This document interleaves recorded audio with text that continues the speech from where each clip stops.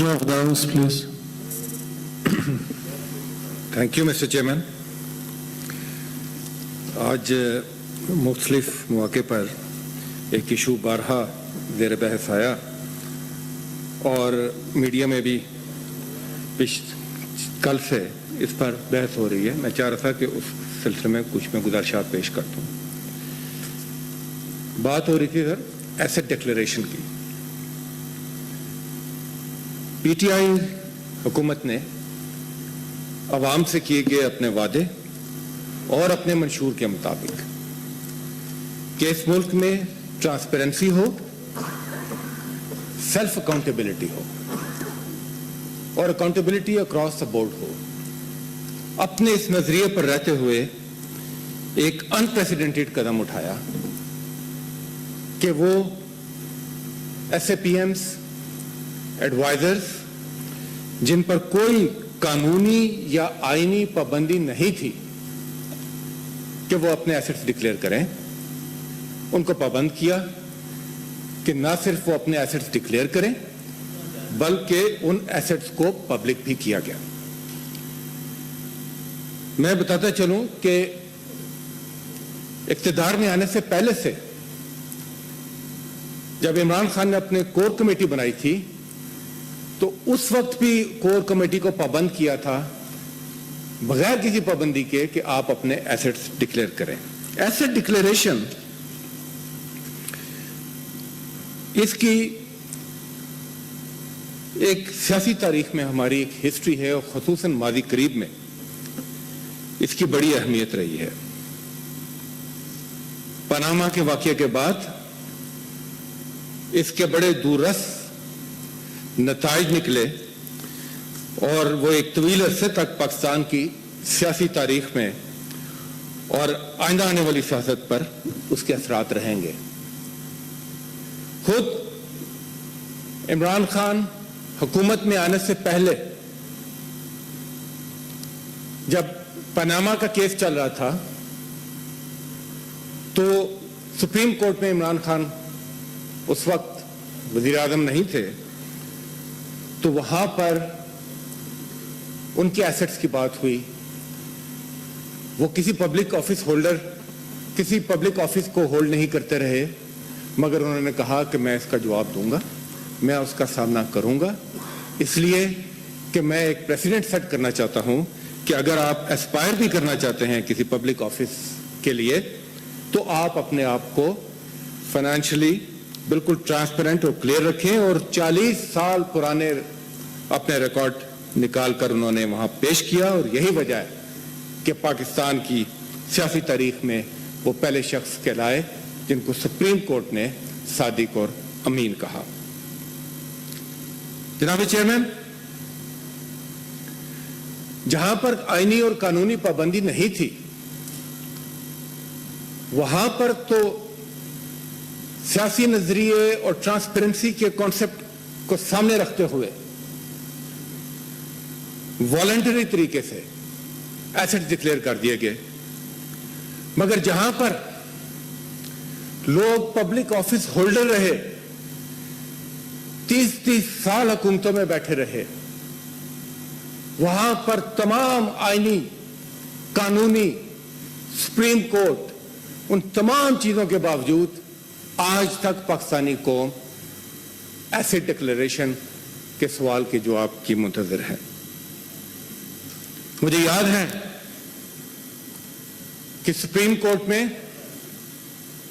यह कहा गया कि स्विस गवर्नमेंट को खत लिखें। स्विस काउंट्स केस में 2 प्राइम मिनिस्टर चले गए, खत नहीं लिखा। इसी तरह यहां पर बात हुई कि कैसे कैसे वजीर, तो जनाब मुझे हैरत होती है जब हमारे कई दोस्त ऐसी बात इस हवाले से करते हैं कि जब वो खुद इस बात के शाहिद हैं, गवाह हैं कि पाकिस्तान में प्राइम मिनिस्टर्स भी गुजरे जो पाकिस्तान का प्राइम मिनिस्टर, न्यूक्लियर स्टेट का प्राइम मिनिस्टर होते हुए दुबई का कामा रखते थे। डिफेंस मिनिस्टर ना सिर्फ कामा रखते थे, 20 लाख तनख्वाह भी आती थी। और इतना बड़ा सीपैक जो साहब उसको देख रहे थे, वो सऊदी अरब का कामा रखते थे। तो ये तमाम चीजें हैं, ये तजादात हैं। जो मैं अपोजिशन दोस्तों की गुफ्तगू सुनता हूं, तो ये तजादात उभर कर सामने आते हैं कि एक तरफ क्या प्रेसिडेंट सेट होने जा रहा है और दूसरी तरफ क्या रवायत रही है। जनाब चेयरमैन, ये आज वॉलंटरी तरीके से एसेट्स डिक्लेयर तो कर दिए गए। मेरी गुजारिश होगी अपनी अपोजिशन के दोस्तों से कि इसको हम परमानेंट करें। क्यों ना हम बैठकर यहां पर कानून साजी करें कि कोई चाहे या ना चाहे उसको अपने एसेट्स, अपनी नेशनैलिटी वो डिक्लेयर करनी होगी, अगर वो ये ऑप्ट करता है कि वो पब्लिक ऑफिस में आए। और ये क्यों किया जाता है? कुछ दोस्तों ने कहा इंडिविजुअल लोगों के मुतालिक उनके एसेट्स, ठीक है, उनका राइट है बिल्कुल, और वो डिक्लेयर इसीलिए होते हैं कि आप उस पर सवाल उठाएं, सवाल पूछें। मगर बुनियादी वजह क्या होती है? बुनियादी वजह यह होती है कि जब आप इक़्तिदार में आते हैं तो उस वक्त आपके एसेट्स की पोजीशन क्या होती है, और जब आप इक़्तिदार से जाते हैं तो उस वक्त आप कहां खड़े होते हैं। यह नहीं कि आप साइकिल पर आए और करोड़ों की जायदादें, गाड़ियां और उनके आप मालिक बने। इसी वजह से यह जरूरी है कि इस चीज को एक ट्रांसपेरेंट तरीके से सामने रखा जाए। दूसरा बड़ा अहम इशू जो इसके साथ मुंसलिक है और उस पर भी बात हुई, वो डुअल नेशनैलिटी का। मगर उससे पहले, क्योंकि बारहा यहां पर अल्फाज इस्तेमाल किए गए SAPMs के लिए, एडवाइजर्स के लिए, तो मैं सिर्फ वजाहत के लिए बयान कर दूं, और मैं जानता हूं कि मेरे दोस्तों को इन सब बातों का पता है कि जो 5 एडवाइजर्स हैं वो तो आइन में उसकी एक गुंजाइश मौजूद है, उसके मुतालिक तमाम बातें लिखी हुई हैं, मगर उनके भी डुअल नेशनैलिटी के मुतालिक आइन खामोश है, क्योंकि जो आर्टिकल 6 है वो मेंबर ऑफ पार्लियामेंट्स के मुतालिक बात करता है, वो एडवाइजर्स के मुतालिक बात नहीं करता। तो दूसरी मेरी गुजारिश ये होगी कि इसको भी देखा जाए, और जहां पर बड़े बड़े लॉ मेकर्स मौजूद हैं, बड़े बड़े नाम हैं, और इसमें कोई सुकुम है ताकि कोई ग्रे एरिया बाकी ना रहे आइंदा के लिए, उसको दूर किया जाए। SAPMs कैबिनेट में वो जाते हैं बाय इनविटेशन। यहां कहा गया कैबिनेट में बाय इनविटेशन जाते हैं। नंबर 2, उनका एग्जीक्यूटिव रोल नहीं होता।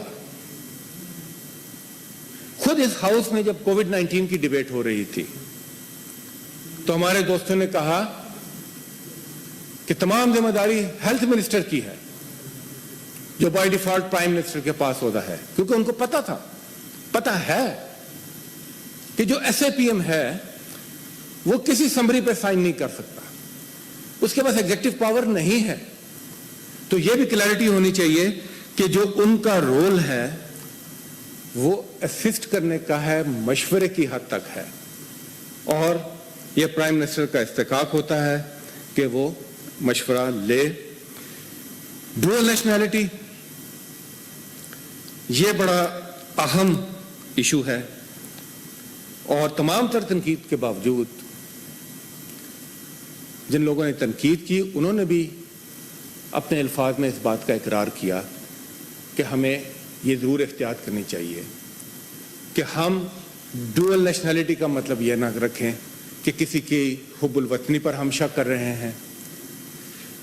मैं इतराफ़ कर रहा हूँ یہ سب نے تنقید کے باوجود اس بات کی بات کی. تو اس بات پہ بھی ہمیں کلیئرٹی ہونی چاہیے کہ ڈوئل نیشنل کا مطلب یہ نہیں کہ کسی کی بائی ڈیفالٹ آپ کہیں کہ کیونکہ یہ ڈوئل نیشنل ہے تو خدا نخواستہ اس کی حب الوطنی پہ کوئی شک ہے.